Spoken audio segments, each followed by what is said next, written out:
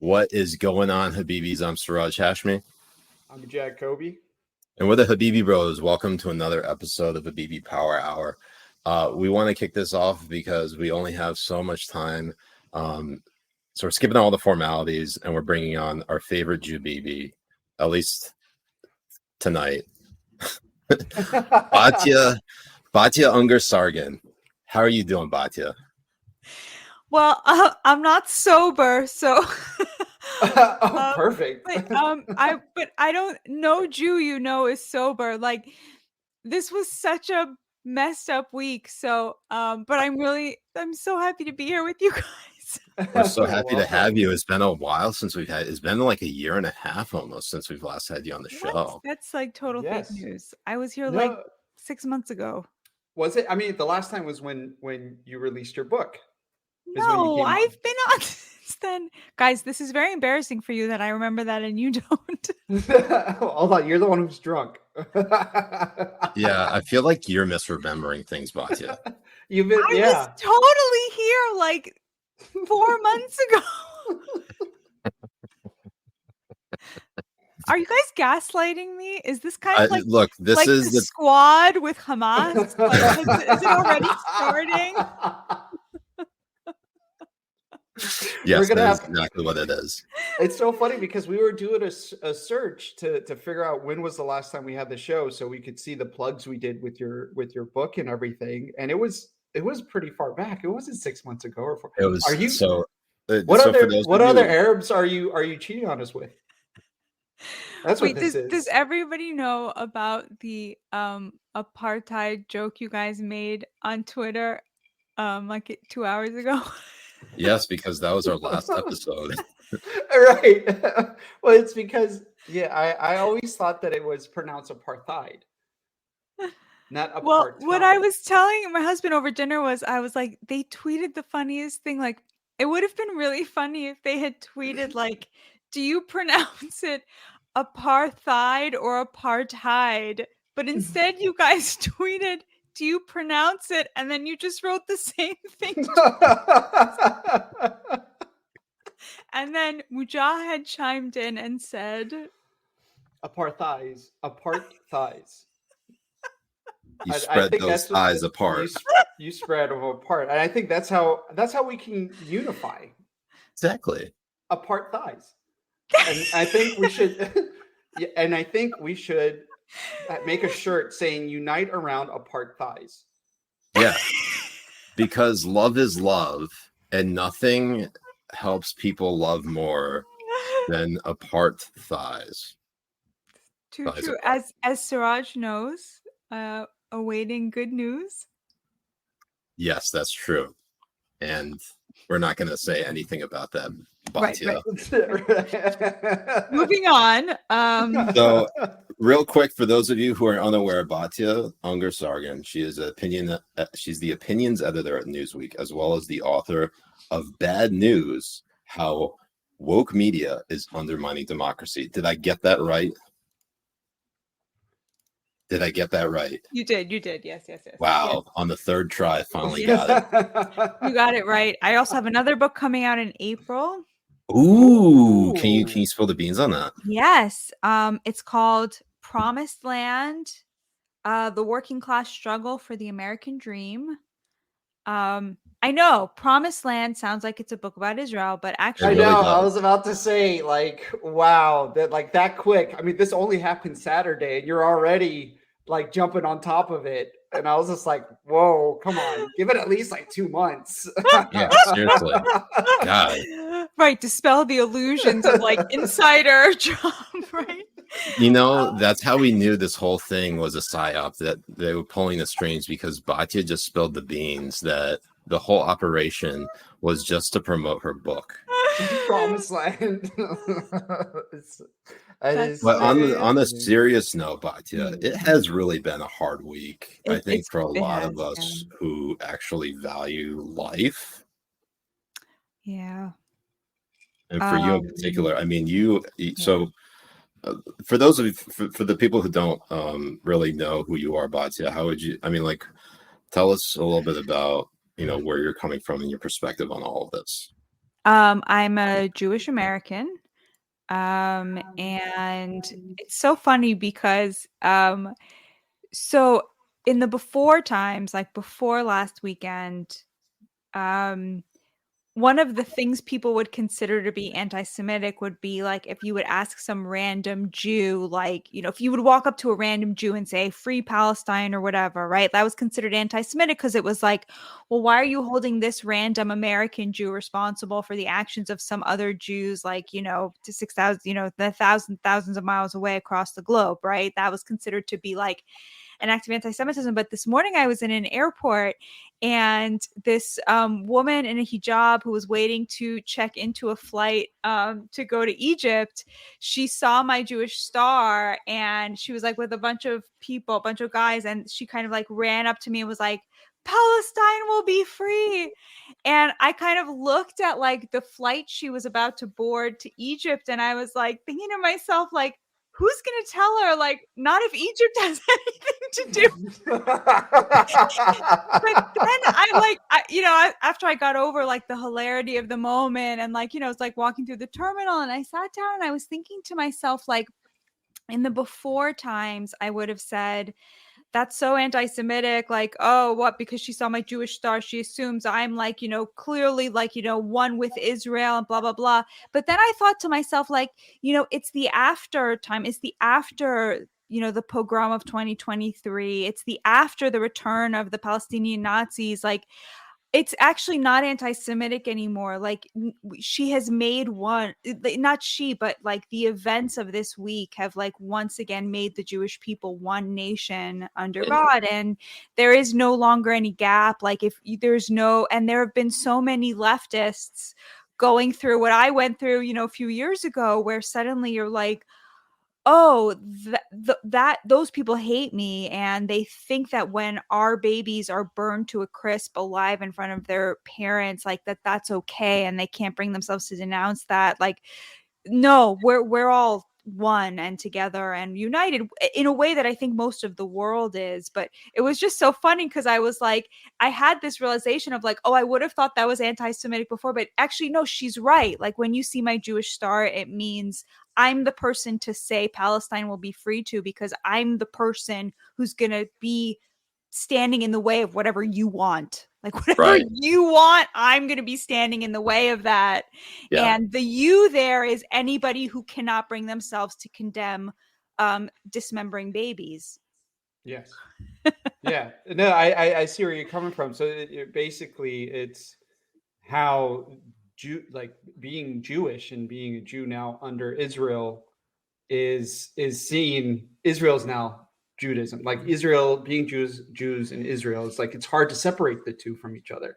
And what's so funny is like I was in synagogue when I found out about this, and my phone was off for 2 days because it was a holiday. God. And so people would trickle in, and it was the people who like, the people who like would check their phones on the Sabbath. So they would say things and we'd be like, was that really true? And there's a guy in synagogue who drives to synagogue, which is totally fine. I don't judge. I mean, I wouldn't, but he's fine. But he is the like super uber Zionist in the synagogue. And I always kind of thought to myself, like, he's replaced the religion and the observance with Zionism. And I always like, okay, I'm going to admit that here. Like, I always like, I kind of had a, like, I was like, it's much harder to keep the Sabbath every week and keep kosher and go to the mikvah and do all of that stuff than it is to just say I support Israel. Like, it's a much bigger investment. So I was always like, oh, this is the guy who takes it easy on himself every Shabbat. He drives to shul, whatever. And he just says, oh, I'm the Zionist, whatever. And when they came to the prayer for the, we say in our synagogue, we don't say the prayer for the state of Israel, we say the prayer for the American armed forces and the Israeli armed forces. And we didn't really yet know what had happened in Israel. But when it came to the time for like the prayer for the Israeli armed service, this guy was like, could everybody stand up and stop whispering? Because of course all the women were like, including myself, gossiping amongst ourselves at this point in the services, as we always do.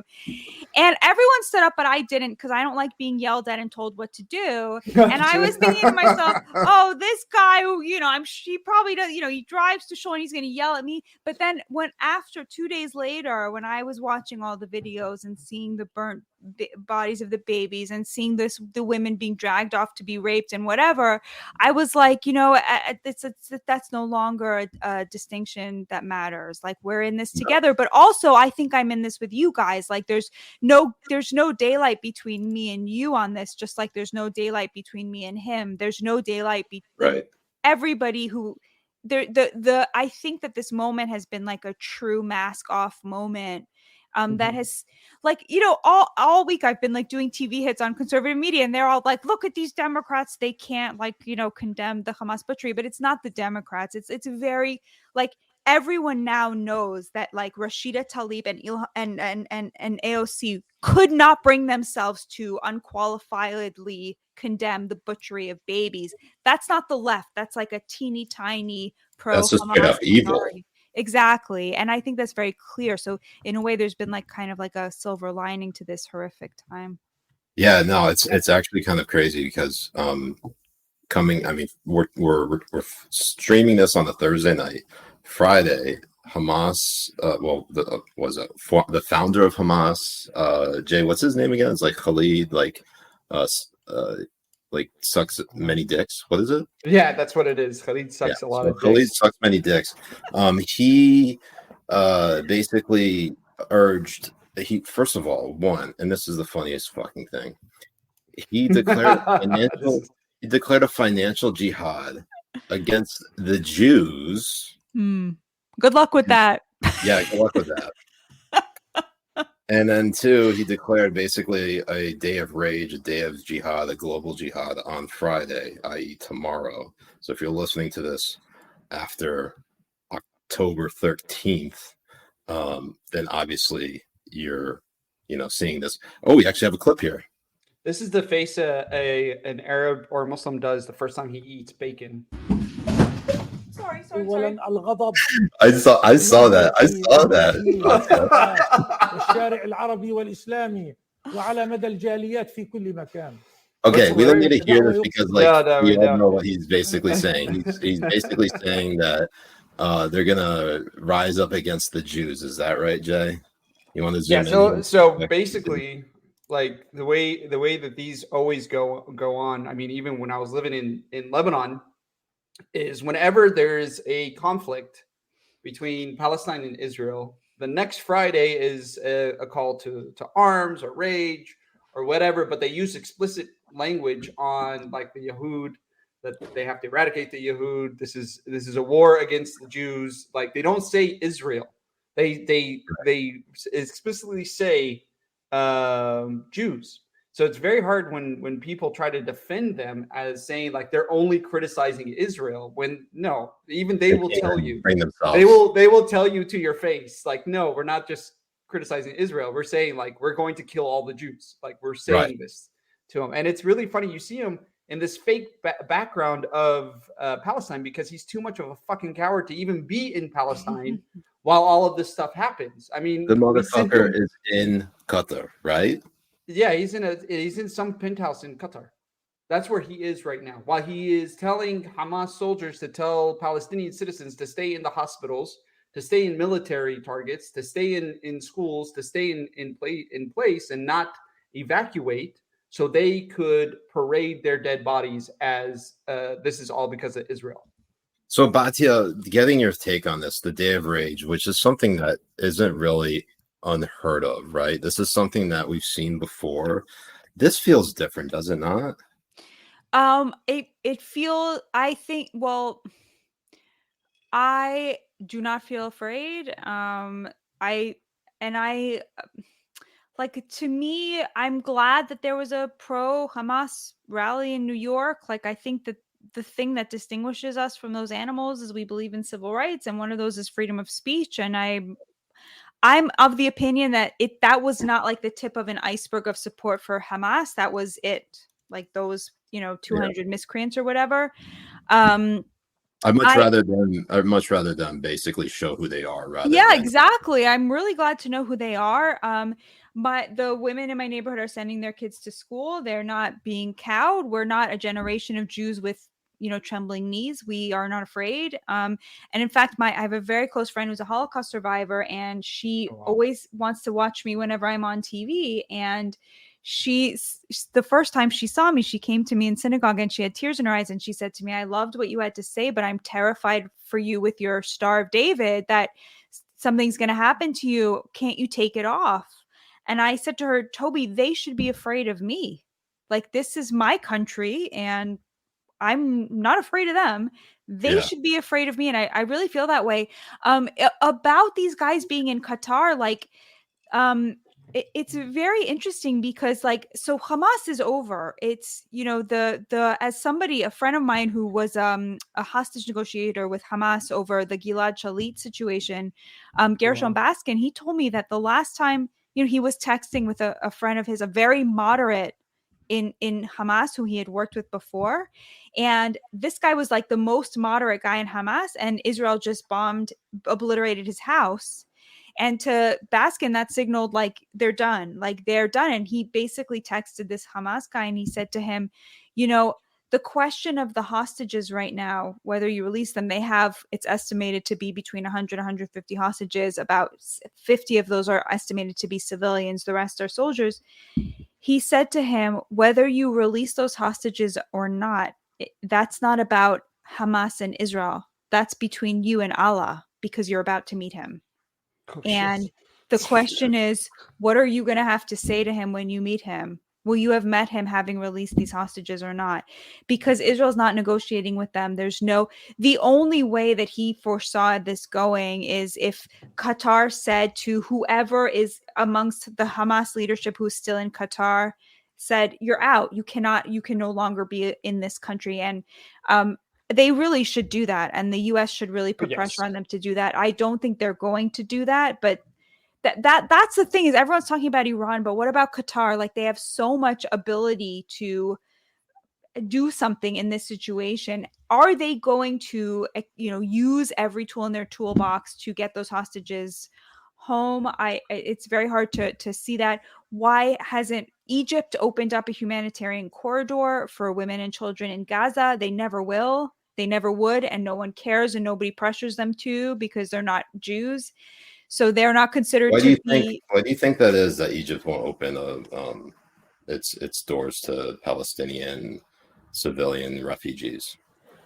Okay, first of all, because Arabs are very racist against Palestinians. I mean, you guys know this. Like, No, we do not. right? Like, look at the way they're treated in Lebanon and Jordan. Like, oh my God, it's insane. The only time they have a nice thing to say about a Palestinian is when they shoot rockets to Israel. That's right, the only time that they come united to be like, "Oh yay, Palestine." Exactly. Other than that, they call them rats, and they say that they don't want them in their country because they do nothing but cause issues and problems. Totally. But also, like, they don't want them because they don't want a bunch of terrorists. Like, they do not feel that they can make sure that this humanitarian corridor is humanitarian in nature, and that they don't get a bunch of Hamas people invading Egypt, which they don't want. And I understand that, but I also the double standard, right? Where it's like they don't get any shit for being like, actually, no, we're just simply going to sit here and close the Rafah crossing.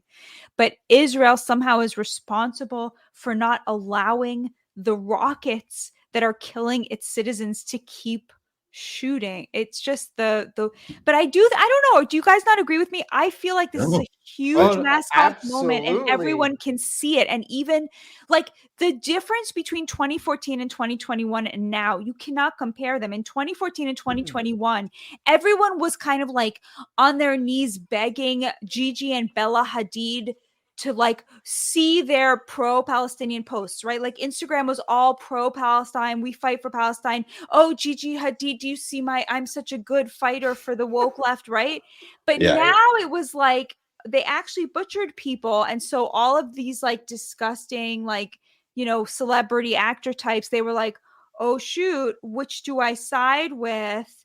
waiting. And then actually 5 days later, Gigi Hadid was like, actually, this was kind of gross and they butchered people and that's not okay. And suddenly all the celebs are now like, oh, we stand with Israel. It's so disgusting. It's so disgusting. It It's very different. It's very different than 20. It almost feels like yes. like Ukraine on steroids. Totally, right, totally. No, it kind of does, but also to her point, I mean, you could have had protest, like people having pro-Palestinian, protests and stuff like that on college campuses with no fear of any kind of retribution. But now, because they're actually calling for infidada, they're calling for the killing of Jews. Like, it's a different kind of, you know what? This is not a protest anymore. This is actual racist rally. I mean, if we're going to get up in arms over tiki torches and stuff like that, then this is something, but like times 10. And I feel like we've allowed this type of ideology to fester within academia and colleges when they start using words of like freedom fighters, decolonizationers, you have an international right to do whatever it takes to resist. I mean, the reason why I was kicked off of Twitter for the very first time was because back in 2016 there was, I forget this guy's he's like an independent journalist, but he wrote an article saying that under the UN Palestine has an international right to resist. That even means killing children. It means whatever it is, and he even stated it in the article. And Mehdi Hassan retweeted it saying like, this is a very thoughtful piece. Like, you need to read this piece. So then me and Seth Mendel from the Washington Examiner, we were just talking about the different ways as a thought experiment that you can, exterminate people. And I'm the one who got the boot, of course, not Seth. Wait, did you guys see this amazing tweet? There was a video of a protest in Germany. Did you guys see this? Was this the burning flag? The burning flag? No. It was they were chanting like free Palestine, free Palestine, all these Germans. And then suddenly this guy showed up and he went, yeah, fuck the Jews. And they all went, and then just keep chanting. And somebody posted it, and he posted it with the caption, and the caption said, wait, are we the Nazis? ... again. It's too good. And there were some pretty good memes that came out of these rallies. It's pure comedy at this point. This one's good. This one's great. This is fuck around and find out material right here. Just look at it.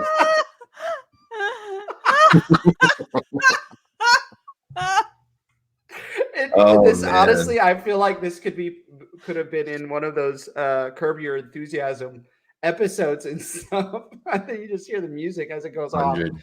100%. We only have you on for a few more minutes because you have to bounce out of here. However, I would like to state to the audience that Jay and I were not late. It was actually all Batya this time. It's true. I have to give you 5 more minutes because I was 5 minutes late. I'm very sorry. Oh, you're too kind. Thank you, Habibi. That's very kind of you. So, but what I was getting at on the college campuses and stuff. I mean, what do you think about how they've been allowing this type of talk and praise go to people who write that stuff about decolonization or resistant fighters using any means necessary to kill the colonizer? I think that like the university is supposed to be stupid and evil and irrelevant. And the problem is when a whole bunch of people started going to college and like going through this like basically the problem is the class divide. So to have a middle class life, you have to go through the college situation and you have to get indoctrinated into this garbage. And that's the problem. Like obviously the university is totally corrupt. It's full of evil, stupid people. And like if they were just this self-contained unit of like nonsense and garbage, it wouldn't matter. The problem is like A, they get federal funding, and B, that basically we have this class divide where in order to have a middle class life, you have to go through that college system. That's the problem, is that a third of Americans are getting a college degree.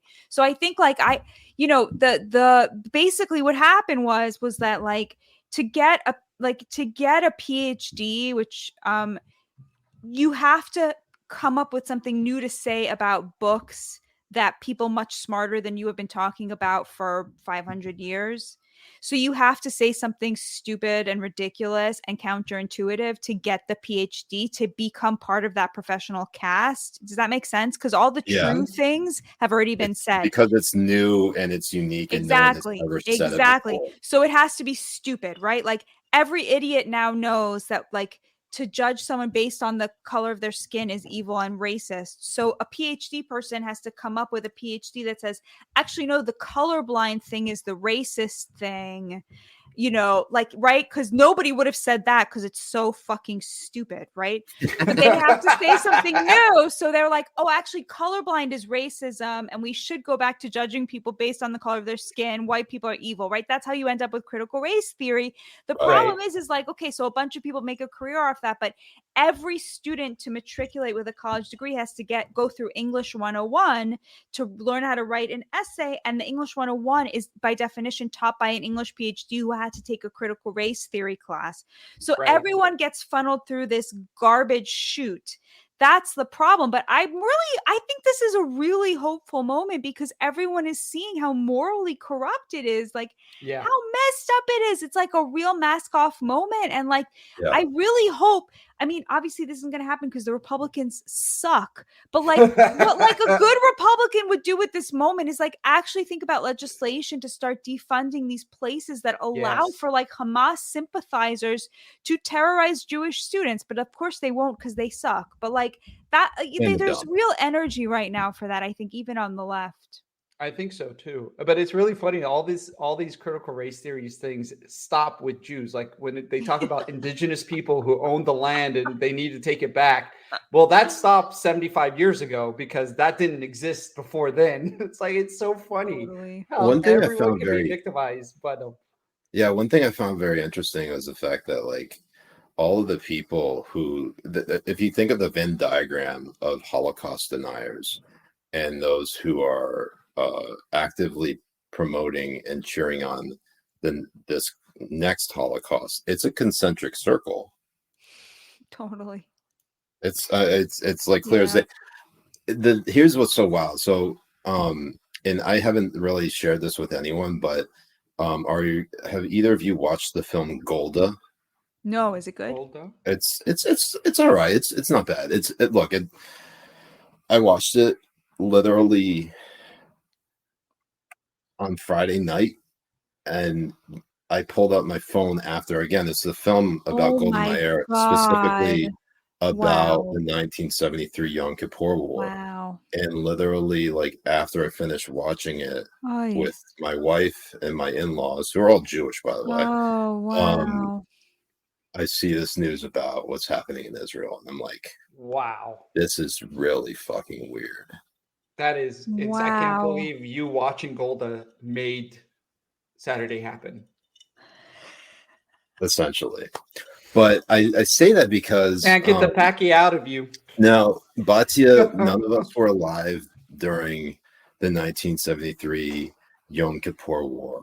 So to give people some perspective, how, like, in a way, just like how devastating is this for... Well, obviously, in a way that the Israelis are rallying together and they're probably stronger than ever. But like in terms of casualties and loss of human life, how devastating has this been for Israel? I mean, huge, right? It's the equivalent of, so Israel has about 8 to 9 million citizens. We have 350 million. The equivalent of the casualties would be as if 40,000 Americans were killed in one day. Holy shit. 40,000. And the number of hostages, imagine if 3,500 Americans were taken hostage. That's the equivalent. Like, imagine if New Jersey was wiped out. Well, hold on. Well, that would be great. Hold on. Let's not compare that because that would be a good like thing. A positive development. Hold on. Wait. I mean, maybe we're talking about, I don't know. Batya, Boston or, I don't know. Batya, you were supposed to find you're supposed to basically make this the case that this wasn't obviously cool, right? You just made this entire thing much cooler by wiping out New Jersey. I mean, America would smell 73% better if that 100%. happened. But you guys riddle me this though. Okay. Like, why do they hate us? Why do they hate Well, Jews? Okay.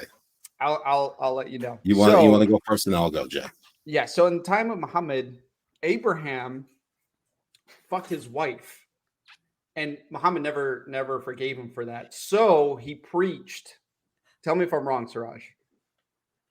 I can't even verify if this is true or not.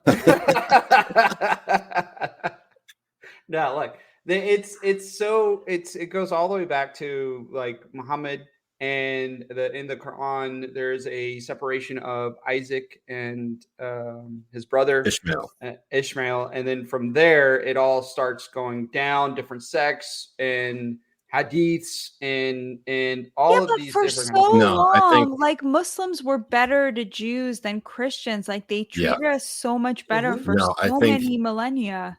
Batya, I think truly it is just the fact that Jews got their own state, and No, this was before them, because Jews were being exodused out of their homes. I actually read this really, really good book called I think it's called The Great Exodus, and it was talking the history before even the Ottoman Empire and when it all started, and you started seeing people trying to get rid of the Jews around their areas, and it started happening from then Ottoman Empire as well, all the way up until the British gave them back at least the seeds homeland were to still come there, to, right, to come Jay? back to.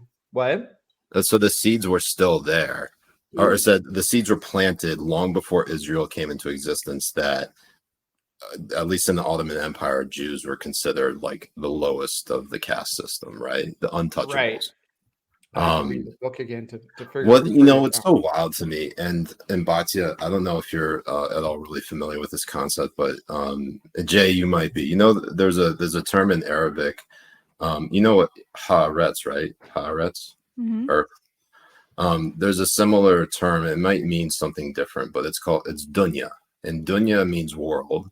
But it's mainly specific about like all the worldly materialistic things, right? The things that are temporary, because Muslims inherently believe that this world is temporary, and that what lies beyond is a world that is, forever. Paradise, Jannah, hellfire, Jahannam, like that is, classic heaven and hell.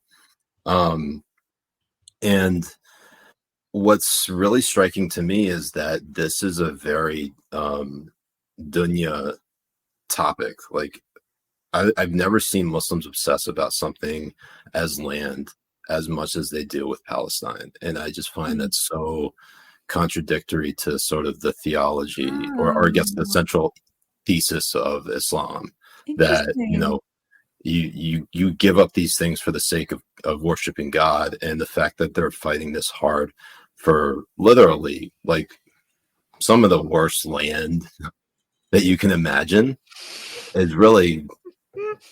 I'm not saying Israel is bad land. I'm just saying, like, what is their economy? There's nothing for them to do. On the land? Are you talking about like farming? Well, they get a lot of good pomegranate and olives. That's great in that region. Wait, did I make a oopsie?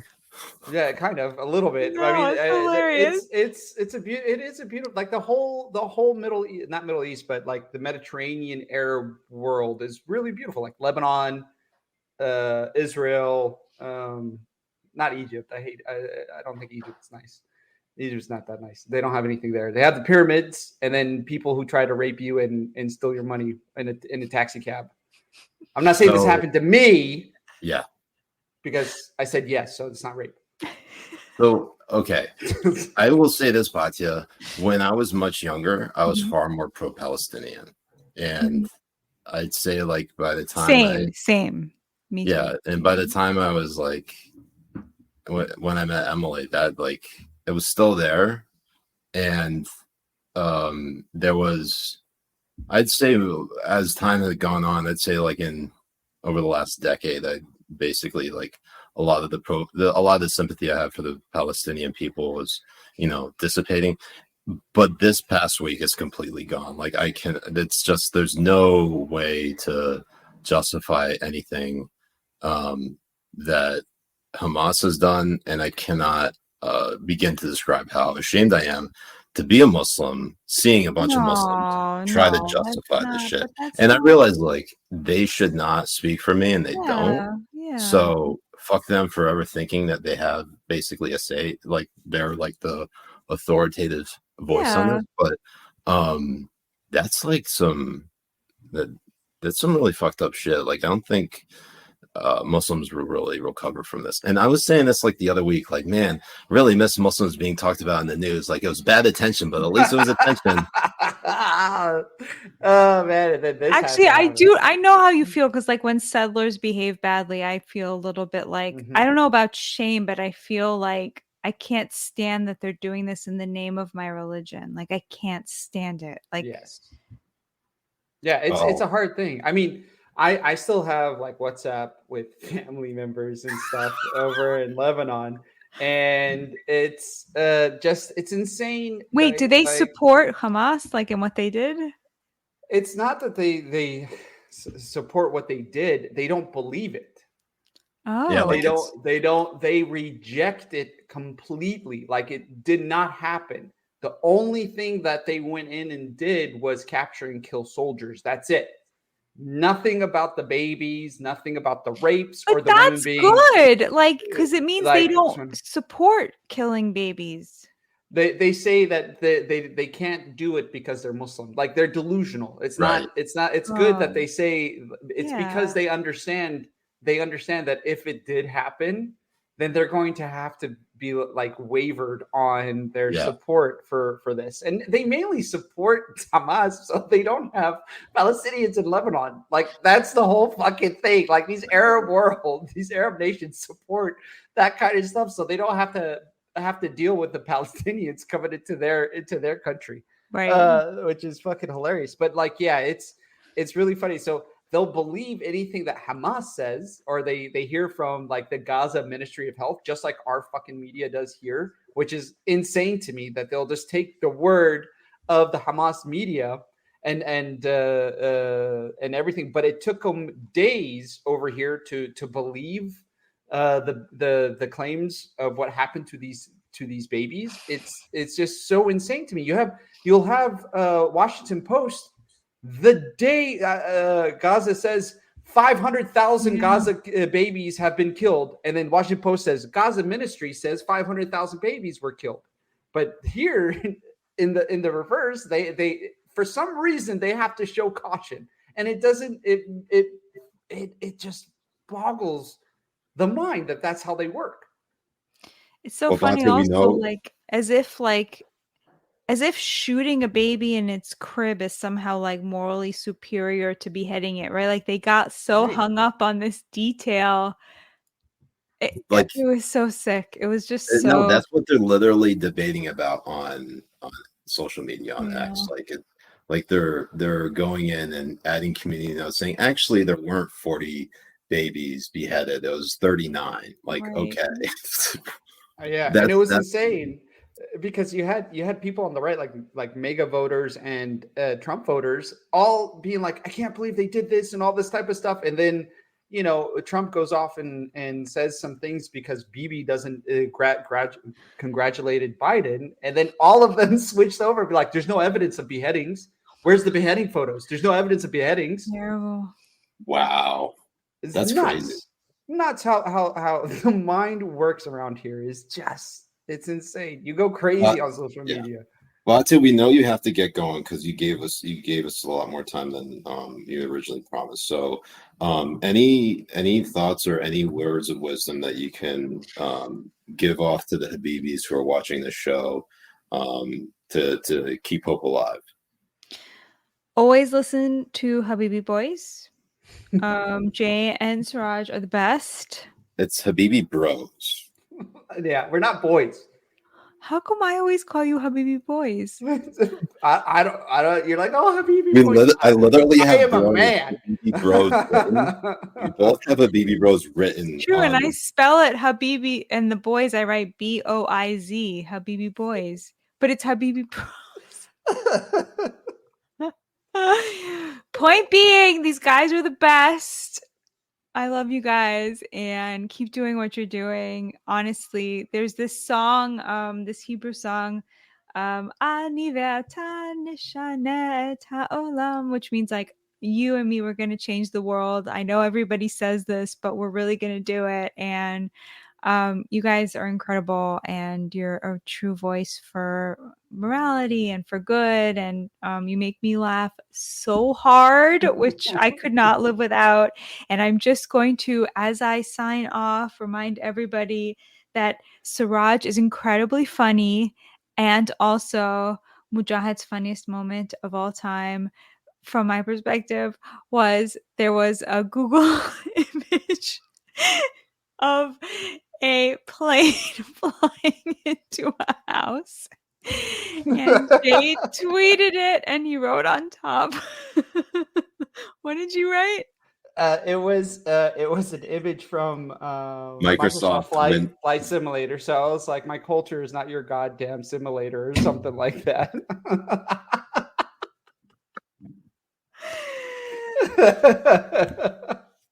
Batya, thank you so much for joining us. Emily sends her love, by the way, and can't wait to see you next. Thank you so much again. Hopefully next time you can hang for the whole episode. Yes, absolutely. Inshallah. That would be great. Batya, you can follow on Twitter at Ungar-Sargon. We included all the links in the description of this video, so just go ahead, pick up her book, Bad News: How Woke Media is Undermining Democracy. It's a good read. Jay and I read the shit out of it, and we talked about it in another episode that's linked in the description, so go and check that out too.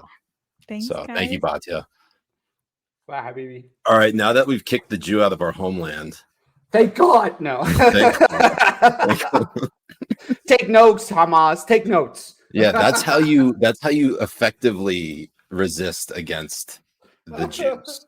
That's always a great time having her on here. She's always a great sport, and it was really great getting her on here. That is Batya Ungar-Sargon. She's a great friend of the show. I love how she just renamed us to the Habibi Boys. And I know, and Locals is going crazy. It's like Flapper's like, you're the Habibi Boys now. It's over.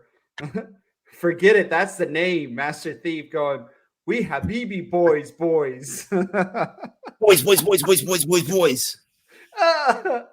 then Roy Metzger, Jay Kobbe, noted voice for morality. What was that? I didn't see that. Jay Metzger on Locals saying Jay Kobbe, noted for voice for morality. Anyways, Habibi, so for those of you who are just tuning in or caught the last bit of that interview, that is Batya Ungar-Sargon, who is an Orthodox Jew, and we were talking about obviously the war in Israel, the upcoming Day of Rage. We actually have a lot of clips that we want to watch, so maybe Jay would just go ahead and get right into it. And as you find those, I'll go ahead and instruct all the Habibis to make sure you go ahead and hit that like and thumbs up and follow and join buttons, and also join our locals, because if you join our locals, and this is a big announcement, Jay, big announcement, okay? Yes, let's go. You know how there was so many shit tweets this past week? Yes. Like a fucking shitload. We got a very special list coming out tomorrow morning, exclusively supporters only on our local. Yes. Also Substack, but the Substack is also supporter only. So if you're on either of those, just go ahead and sub to us, because you will not regret it. We are going to give you a top 10 from this week. And as soon as the list account gets its own like subscriptions, we're going to start posting lists a little bit more. You'll get early access, because we'll do the end of the month for free with a stream, but you won't get to know what it is unless you sub. So right, we just want another value add to our fucking locals community. Bum bum bum bum bum bum bum. Oh God! Oh my hand. Getting carpal tunnel. This is the boomer in me. Oh man! So here's some of the. Before you get into that, Jay, what else can Habibis do if they if they join our locals? Oh, if you join our locals, you also get access to our Discord server. Last week, we actually had a face-off between me and Siraj on our Habibi Fantasy League, which you can be a part of, which I won thanks to Zach Williams on my team. It wasn't for the Jets backup quarterback, I would not have won. And what was our bet? That I would wax my chest. I like how you just say that you will wax, not that the loser has to wax. You already knew you were going to lose from the start. It was nuts. I knew this was going to happen. It was crazy because we both had one player left. Jay, hold on one only second. 10 points. Yeah, I know. What I was trying to say though, Jay, is that and we're probably gonna have to come up with a new promo code for our locals because of this, like wax Siraj's chest or something like that. But Jay, I knew this was gonna happen because you don't really have any chest hair. No, I mean I do. If you see, I mean, let's compare. That's very little. I do have chest hair, but usually usually I shave. Yes, but because I'm getting ready to move and do all that kind of stuff, and I like for the bet, I didn't shave just in case. So when I got over there, you would have a nice bush to. Okay, all right. That's fair. That's fair. I respect that. Right, and what I'm going to do is actually write my name on your chest, and you're not gonna like, Jay. I thought you were gonna like just wax my entire chest and just leave this here so they look like top surgery scars. Oh man, it was. Oh dude, honestly, that sounds pretty good too. But I do want to have a J. I just want to have a J right there so we could take pictures of it. What if you did J? What if that was part of the J? Oh, man, we're gonna live stream this too, Habibis, and when Jay moves to Florida, it's gonna be a lot of fun. We might do it just as a local stream, but we'll keep it up. That's a local stream, Jay. That's not going up. That's not going up publicly. That's a local only. If you sub now, I will launch a promo code literally in the middle of this episode simply just to get people to sign up. And also, you're able to game with us live on stream. Join the podcast as well from time to time. That's true. We do get a lot of Habibis now joining us on the show, which is actually pretty cool. I actually think that's the biggest get right there. I don't think we talk about that much. You actually have an opportunity to like hang with us on stream.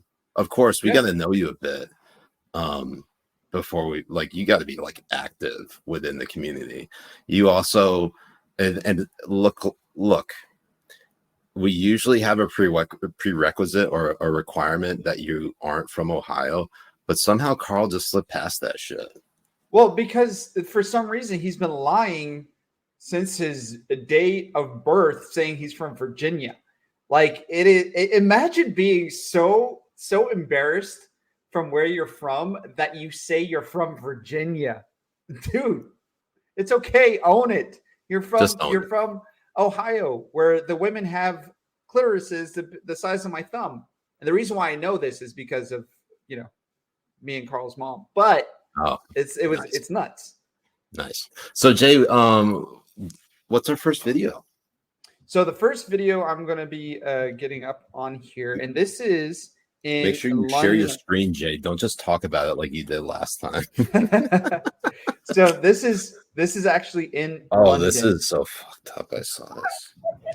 Why don't you do something for Palestine? Why don't you do this? Is for Palestine. They're not mutually exclusive. It's children. So what they're tearing down are pictures of kidnapped children from Hamas, and the women filming her are being like, look, we're doing this for the innocent kids in Israel. Why don't you do something for Palestine? She's like, this is for Palestine. And this isn't in, Egypt, because of course this is in London. London. What? This is in London. It's children, it's innocent people. Okay, what about the children in Palestine? Oh my God, why do you care? What the fuck are you gonna do with it? You're not Palestinian or anything. These were actual Israeli and Jewish women putting that stuff up there. And Yeah, it's no, that's like beyond anti-Semitic in my view. I mean, if you hate Jews that much that you're tearing down posters of kidnapped Jewish kids, yeah, you're pretty much gone. There's no yes. saving you. No, there isn't. And I feel like, and this is what I say. I mean, even though we saw a lot of the stuff over campuses and all that kind of stuff, I still do not think the Muslim community here is anywhere near as bad as the ones in Europe. And the reason why is because we are a little bit more lenient in a way where people feel better assimilating into the culture and into the United States. Europe and stuff, they do not. Europe and stuff, I shit you not. There are many mosques out there calling for infidada, calling for eradication of Jews, calling for burning down Israel, all of that kind of stuff, and it just builds and builds and builds into these people's minds.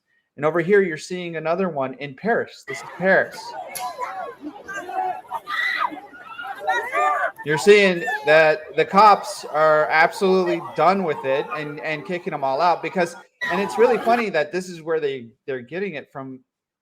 Before here, they're shooting off fireworks, and they were actually assaulting Israeli protesters that were there too.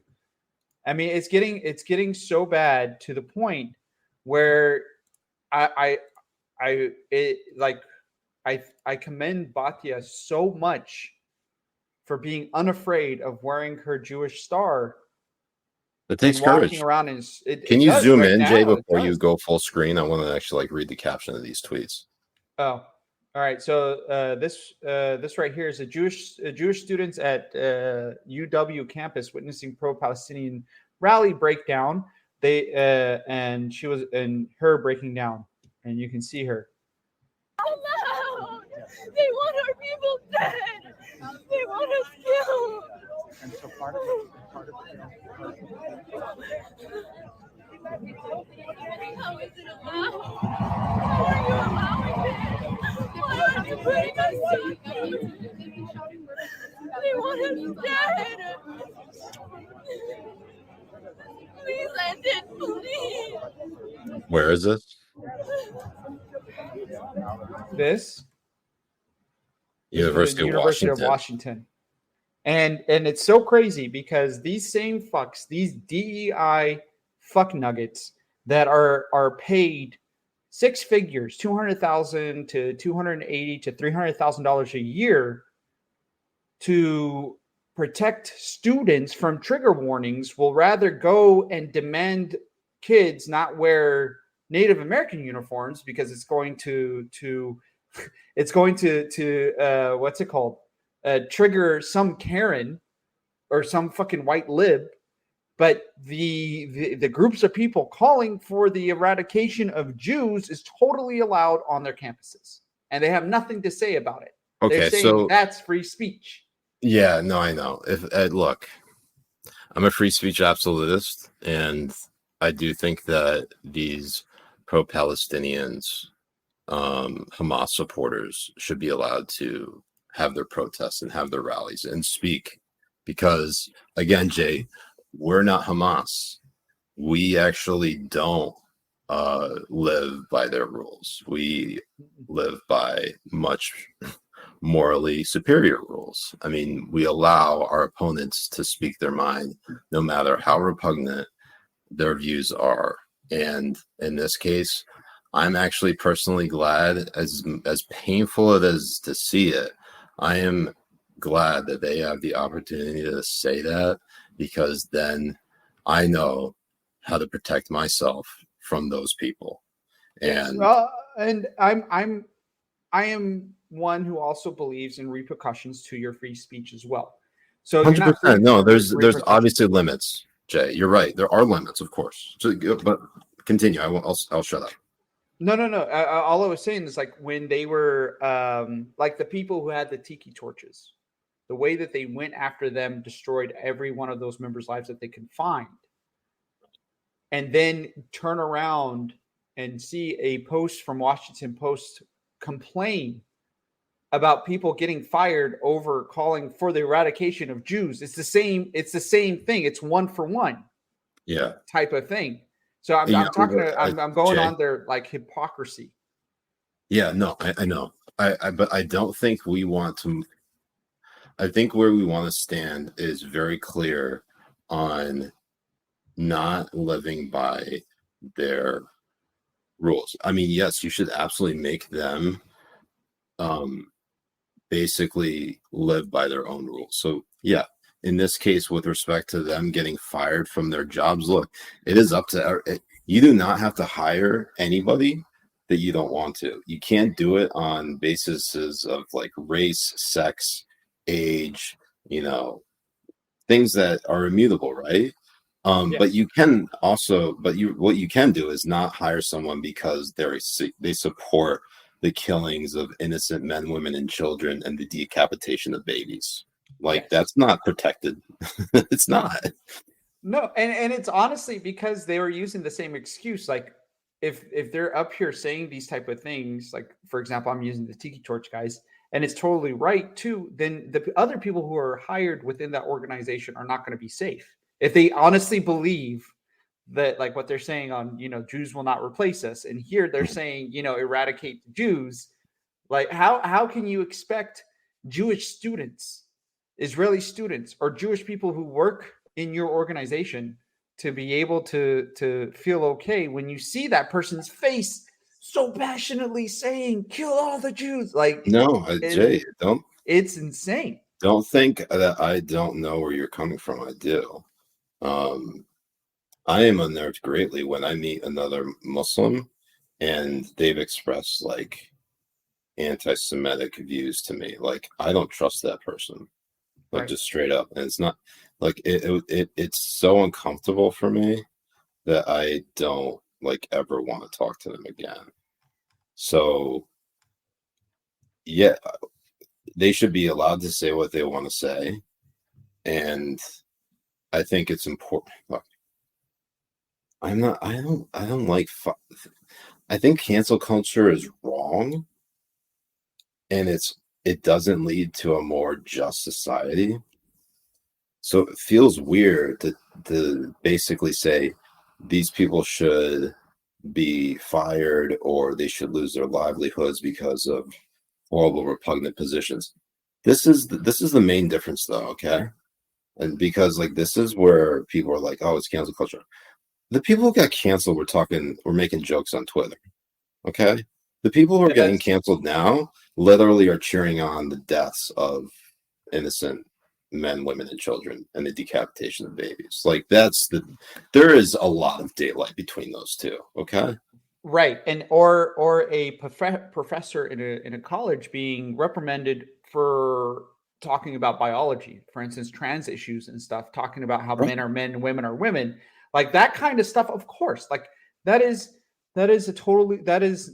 actual insane cancel culture that you cannot really compare to this, because when you're starting to call for the eradication for a full race of people, like it's different than saying like, what, I don't think kids should chop their dicks off. It is literally, Jay, literally, Rumble is a free speech platform. That's why we love Rumble. In their TOS, in their terms of service, you can get banned for advocating for the eradication of groups of people, like killing people. Okay. Like look, am I a free speech absolutist? You bet. Absolutely.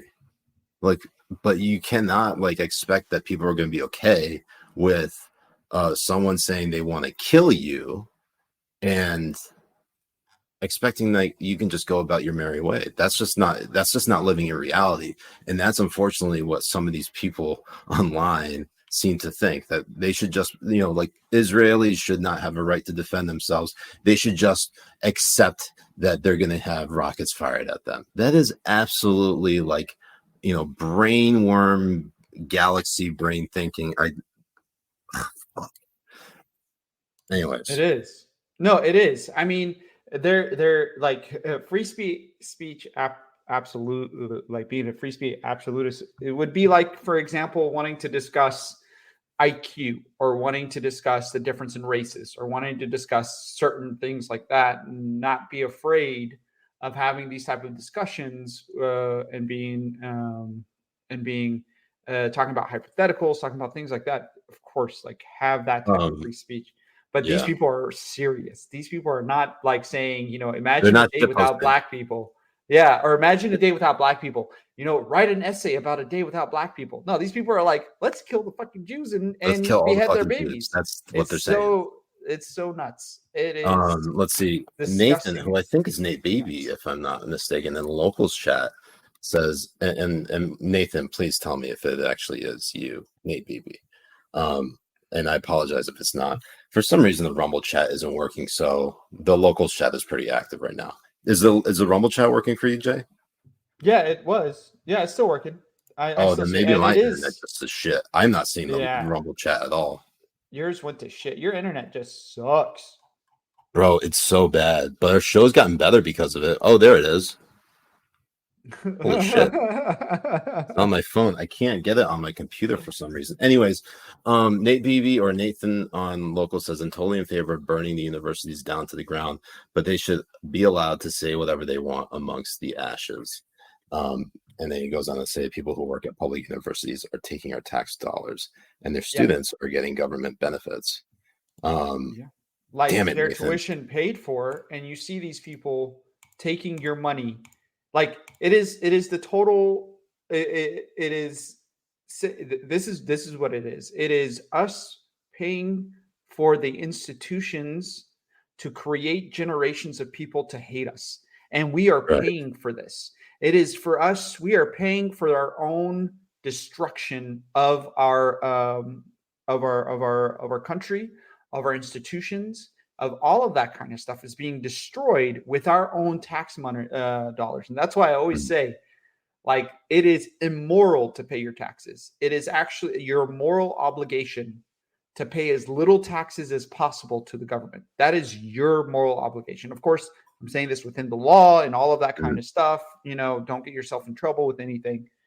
Do it within that, because the reason why taxes are immoral is because they have to steal it from you. Right. Because if you don't pay it, they throw you in prison. It's absolutely insane. So to the 87,000 IRS agents who are watching us, look, at least let me take a shit before you take me into custody, okay? I just would hate to ride in the back of a Fed vehicle, just poop in my pants that just doesn't look. No one's gonna enjoy that, because I will shit myself, and you're gonna have to. You have before. Yes, I have done so proudly. In fact, I think I said it on the last show. Did I not? You did. I did. See, that's what you get. You get equal parts serious, equal parts like Jay and Siraj shitting themselves. Jay, in the midst of all this discussion, I actually, talking about the fact that my chest is going to get waxed from losing to you in fantasy football this past week. I actually came up with a locals promo code that is Siraj takes it on the chest. Oh, nice. I like it. So I love how we do it. We make them so hard. I mean, the other one was Jin Rubin 69. And now our Jin Rubin 42069. Our Jin No, Jay, the last one we did, the last one we did was Barbie did 9/11. Oh yeah, that's Barbie did. So next one, this one is do it on his chest. Yeah, so Siraj takes it on the chest. Just go ahead, hit that join button, join our locals, and use the promo code Siraj takes it on the chest. You get 1 month off an annual subscription. So totally. Sounder, I'll hook you up, Habibi. Don't worry. All right, so Jay, what we got next? Let's see where we're at. We're doing that. This one Ocean right here Breeze says, imagine the artwork you could make in auction from prison. From prison. With poop. With poop. So here we go. And it's really funny. Hold on. What is the her caption tweet? Yeah, so and this is from her government account. So it took her like 5 days to do it on her private account that has like more than her government account. And the only time she posted, she didn't post saying, you know, what Hamas did was insane. She didn't post saying solidarity with Israel. No, she waited. And then she posted some random radical Israeli saying absolutely garbage stuff at a rally in New York. While you have all of these fucking Palestinians and fucking Hamas supporters right behind him calling for the eradication of Jews. No, she decides to pick the Jew and then she puts it on her social media and blasts it out saying, oh, we need to stand together against innocent people. She is an anti-Semitic garbage piece of shit. That is exactly what she is. And there's no tiptoeing around it. Leftists are Nazi equivalents. That's what they are. They want to pretend that they can hide behind being progressive and saying they're fighting for rights and LGBTQ and all this garbage while they support Hamas that would fucking hang every one of LGBTQ members by fucking cranes and throw them off buildings because they hate Jews. That is why they don't make any logical sense. So let's watch the clip. This and pay close attention to the 38-second mark. Okay. United States, our responsibility is to the stability and the security of the region. That means being able to support, not support, yes, Israel in its defensive capacities, right? In its ability in that context. But it also means that the United States has a responsibility to ensure accountability to human rights, to prevent the ethnic cleansing of Palestinians, and to ensure that horrors do not happen in the names of victims who do not want their tragedy used to justify further violence and injustice.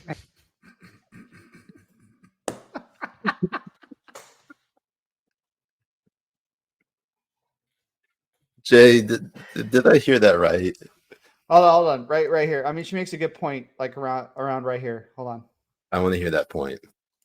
Hold on. Do not want their tragedy used to justify further violence and injustice. Right. Beautifully said. United States.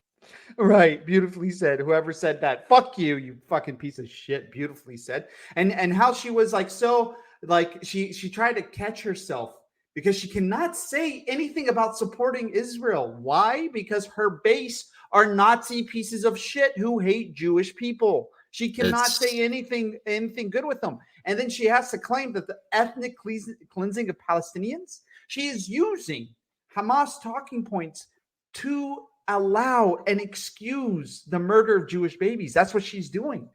Bro, I was just going to say, though, that her breath probably smells worse than that fart. Honestly, probably. I would not. I So mean, either was it a fart or a queef? Let's hear it one more time.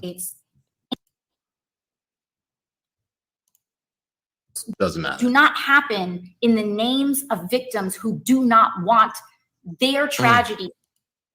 I think it was. Sounds like a queef, to be honest. Yeah, I know. It probably is a troll, but it's still funny, and I enjoy. No, that was off. That was off of her main account. No, I know. No. Oh wait, that video. That video is off of her official. What's it called? Fuck. Congress account. I didn't even think of that.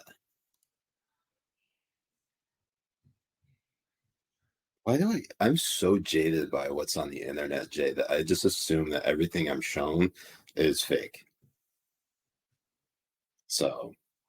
Well, because right after that, on her private one, she says this. Oh my God, what did she say? You got it? Yeah, I'm getting it right now. I'm pulling it up right now. I see Nate Beebe in the Rumble chat because I didn't get my chat working. I didn't actually see him, but thanks for tuning in, Habibis. We appreciate you watching. As I mentioned before, you could actually join the non-pores chat that's happening right now if you use the code Siraj takes it on the chest when you join our locals, as I will be taking it on the chest. Oh, we also have Anthony Riviera. Anthony, what's happening, Habibi? Welcome back. Habibi. Wow, we haven't seen you in a while. He's Yeah, gonna be we like, haven't seen him in a minute. I was here last week. We didn't see you. We haven't seen you for a AOC while. tweets out the level of misinformation in all directions at this moment is incredibly high, especially on this platform. If you see a claim, photo, or video that triggers a strong emotional reaction, take a moment to pause and check for veracity / confirmation from multiple sources. And this is right after her fart tweet. Wait. No. Yeah, so you see this was posted at 7-Eleven. Oh, that's my favorite. That's my favorite restaurant. And then, well, especially in Japan. Have you ever had 7-Eleven in Japan? No, but I've never been to Japan, Jay. Never? What did you just assume? Where are we going, Jay? So that was posted at 7-Eleven. Hold on. No, Jay. You had to at go. 10 a.m. You couldn't just control click on her profile from the top. You had to go because the other one was from her you fuck. The other one was from her private account. This was from her representative account. Show me. It's right. Oh my god, you want me to go back to the other one? Okay. Just there you jump go. to the different tab, Jay. No, I went out of the other one. You went out of the God damn it, Jay. It's okay. You guys can watch what I'm doing together. So here's the one from her AOC account. All right. I thought those were two exactly the same people. It's okay. It happens. We're boomers of boomers, Habibi. We're boomers of boomers. That's what we are. Right. So Habibis, we got a few more minutes left. Jay, do we have any other videos that we wanted to react to? Because tomorrow, as I mentioned earlier when we had Batya on, tomorrow's a day of rage. It's a day of jihad, global jihad, whatever the fuck you want to call it. Basically, it's think of it like the purge, except it's basically just Muslims wanting to kill Jews and not be held accountable for it. Right? That's basically that's what it is. That's is. Exactly what it is. It is them excusing the murder of Jewish babies and using it as a way to murder more Jews and justify the killings of more Jews. Rory Metzger on Local says, good luck on your jihading tomorrow. Saunders says, get your jihad decorations out. Kenan, you're sending links in the Kenan, can you do me a favor? If you're in the locals and you're sending tweets, can you kind of like just give me a little quick, like 1 or 2 words, just synopsis of the tweet, because there's a lot of my internet's really shitty right now. So yeah, your internet's really, and you're choppy a little bit too. I don't know if I'm also choppy. No, it's probably me being choppy if you think about it, Jay. Right. It's almost like we went back in time to when we first started this show. Probably. The magic is back. Right. We went over all the videos that we wanted to go over. Okay, and I got this for you because this is what Kenan Hodges sent in the locals chat. He said, everybody got their International Day of Jihad outfit picked out. It's good. Oh man, it's so good. He had an amazing tweet because he was like, when BLM tweeted that silhouette of the parachuter, he's like, "What the fuck are you doing? Delete this now. This isn't the BLM I was supporting." And it's like, dude, the BLM it always was, always has been. And then I think there was another link that Kenan sent. Sounder sent a link. Let's see what we got here.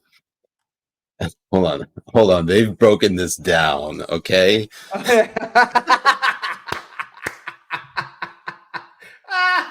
Oh, it's so good. No, there's no way they did that.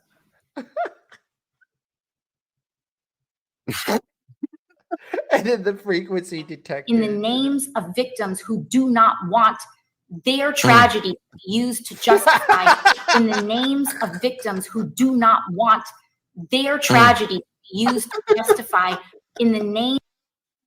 That is absolutely amazing. Oh man, that so is too good. good. I can't believe this is an actual real. Oh man, that's so good. Oh, we got another one from Sounder, the Jihad Squad. Political jihad is their game. If you don't agree with their socialist ideology, you're racist. Oh man, it's amazing because Rashida Tlaib was the same one who fake cried in Congress over the kids at the border, and back in like 2017 or 2016, whichever year in the Trump years. But she had nothing to say about the children and the photos of the children who have been charred and beheaded and everything. It's amazing how fake they are. Amazing how fake Insane. they It's are. insane. Anthony Rivera says, glad y'all didn't change during my self-imposed exile. You know what? That actually, I'm really glad to hear that, Habibi, because one thing I'm worried about more than anything is to be something that we're not. And Jay and I have always kind of have done the show this way. We've thrown in different stuff, you know. We got like a bunch of different ideas that we want to do when we're finally together, you know, in each other's pants. I mean, Yes. arms. But Yes.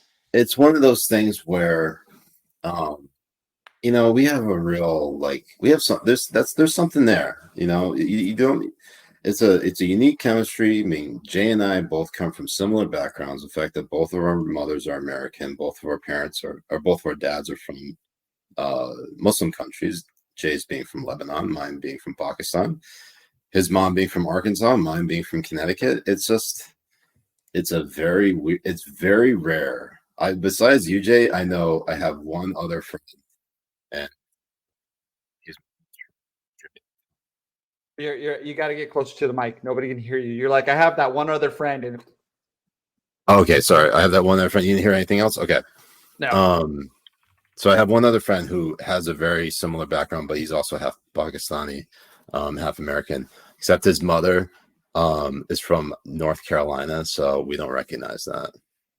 No, not at all. I'm kidding. I Nope. don't have anything against North Carolina. I was just shitting on them. But Jay, what I was trying to say is that you and I, we just get each other, you know? Like, we may not always agree on stuff, but like we just fucking get each other. It's weird. I know. It really is, and it's funny how this all started on Twitter, like on my first account.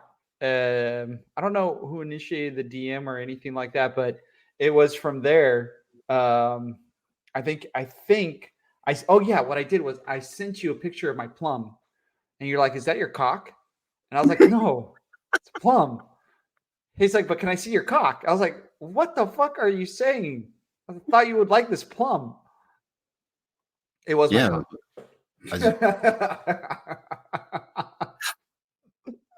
No, and honestly, being over there, I think it's going to be a lot easier for us to be able to do more writing together, be able to come up with different things. Because I really liked our, we used to do cold opens back in the day, really good ones, especially making fun of news organizations.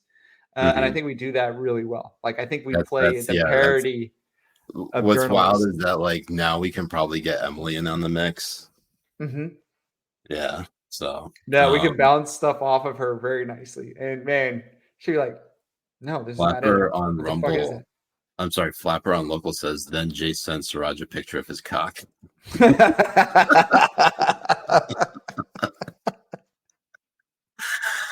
Oh god. So Anthony, you're moving from OC, right, Jay?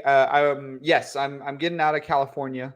Finally out of the commie state of Cali. I am so happy. You can't imagine. And I think it hasn't sunk in with a lot of people at work because I was working at the place for like 8 years. So it hasn't really sunk with them yet. I know. I can't wait. No, it's great. You're taking a chance, Mhm. and I appreciate you for doing so. I don't think, look, you had no reason to move, and yet you're moving here because we got something going on, and I think it's only gonna get better, and I'm actually really excited for it. Me too. Honestly, I am too. And we've been doing the show for what, Jay? Like 3 years now? 3 years, yeah. 3.5 years actually. Holy shit, 3.5 years. We're almost 200 episodes in. We've done a bunch of like crazy shit. Jay, you know what's crazy? We might actually live off of stuff we make. I know. It's so nuts. Imagine making a living based off just being like whatever the fuck this is. Right. I mean, where else can you ask people like Ben Shapiro if they eat ass? Or, fucking it's nuts. Yeah. Nuts. So to all the Habibis, and when we say Habibis, Habibi is Arabic for friend, my darling, my beloved. So if you're not familiar with Habibi, now you are. Yes. So Jay and I, we've been friends for like over 6 years now. Right. And it all started on Twitter. Obviously, Jay sent me a DM. I wasn't following him, and the picture, the DM was obviously a photo of his cock. And I accept, and I said, "New phone, who dis?" Right. And and that was it. And the rest is history, baby. The rest is history. Siraj Flapper on local says, Siraj, put on your Steven Seagal glasses. Oh, hold on. You getting that screenshot? No, I'm going Damn to hold on. Are you getting a screenshot or no? No, I need to get him on screen with this too, so people can see what he's talking about. Oh, you're talking about this. These are really the Steven Seagal glasses. Yes. Here. We could do a side by side real quick. Side by side. Where is it? Right there. There you go. There's now look at the screen. Look at the screen. All right, that's what I'm doing. I'm getting it. Okay, I made sure to make you look as stupid as possible. Sending this to Flapper right now. You got this, baby. we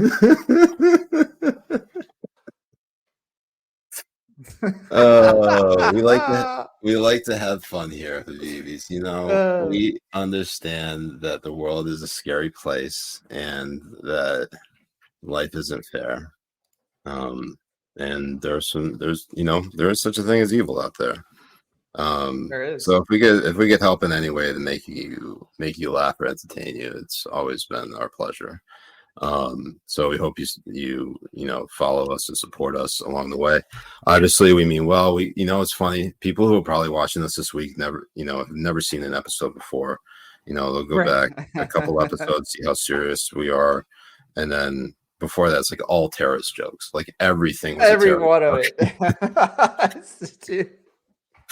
That will come back, Habibis. Okay, it will. It will. Just we can read the room.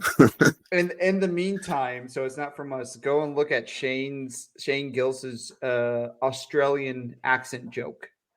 That would be your That would be your 9/11 joke. No, I'm talking to the BBs. If you need your 9/11 jokes, just go and look at that one. That was listen to that one. That one's great.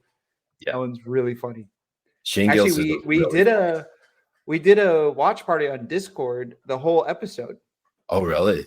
Yeah, it was me, Dan, Carl from Ohio, and it was a lot of fun. See, this is what you could get on our locals, but you can also get family. And this angel right here, an absolute angel. This is when you do you remember who this can't get hot enough. Can you remember who this is? Of course you remember. Yes, I wish I was one of her 10 sex slaves. I mean, I would have rocked. Look at that dome. Her dome is shinier than mine, and this is a sketch. Damn, Jay. And that is a sketch. Hold on. Damn, Caroline Ellison. What that mouth do? Right. You know, she's looking all what Velma from what's it called, from Scooby Doo right now. You know, if she like grew her hair out and like stole, you know, Don't you dare. several millions Velma- of dollars. Velma from Scooby Doo is fucking hot. Like, Jay, holy shit, hot. Jay, you don't understand how Like I'm equating the two, okay? Because that's how hot she is, Jay. No, I apologize, but honestly, maybe in this photo, Would. in this photo, Would. I think Would. she Would. is. What? Other than Velma? Oh, hold Yeah. on. Let's get back. Ooh, that is. Hold on. Let's blow that up. Oh yeah. This right here is the next Penguin. Honestly, if they make a Batman movie with Penguin in it, that's what this is. That's who that should be. Yeah. Wow, Jay. Of all the things that, you know, of all the things that Jews had to put up with, for some reason, this woman gets their nose. I was about to say the look a Jew does when they hear a penny drop.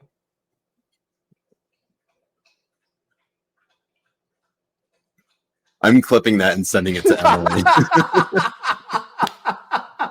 Jay, she will show you no mercy. She will literally call in the idea. No, leave it. No, don't do it. Don't tell her that. Don't show her, please. He's gonna learn about it. So. Oh man.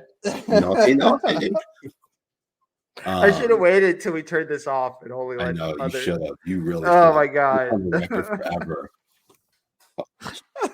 You're good. So Habibis.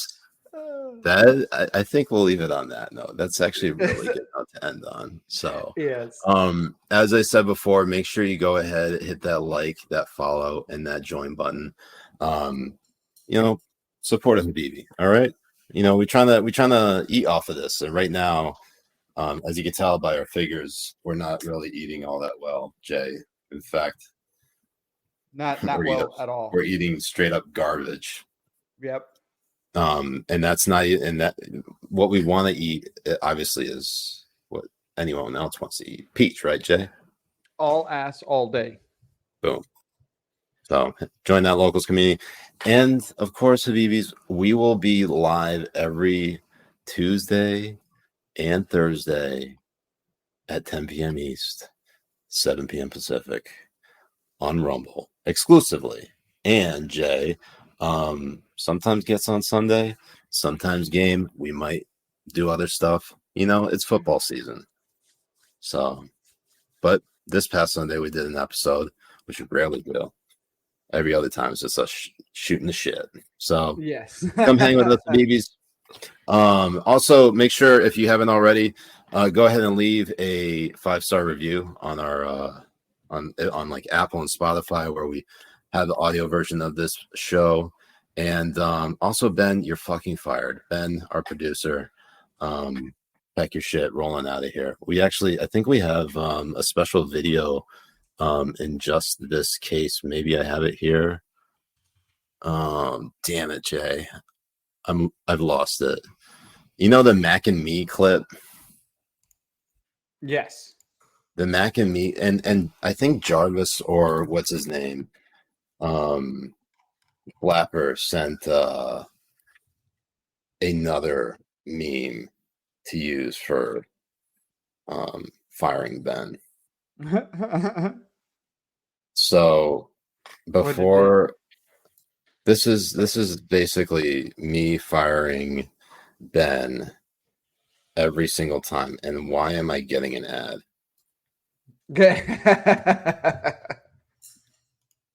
There we go.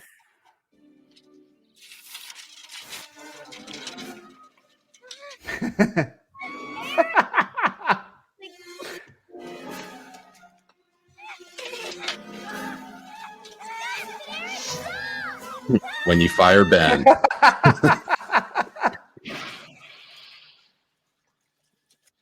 Oh, it's too good. Anyways, Habibis, thank you so much for hanging out with us. Thank you so much for your support, and thank you for just being you, Habibis. Jay, thank you for always being a great co-host and my Habibi bro for life. Can't wait to see you, baby. You and me, baby. You and me. So for the Habibi Bros, I'm Siraj Hashmi. I'm Jihad Kobbe. We'll see you next time. Have a great weekend. Have a great Shabbos, and have a great day of rage, Habibis. Peace. My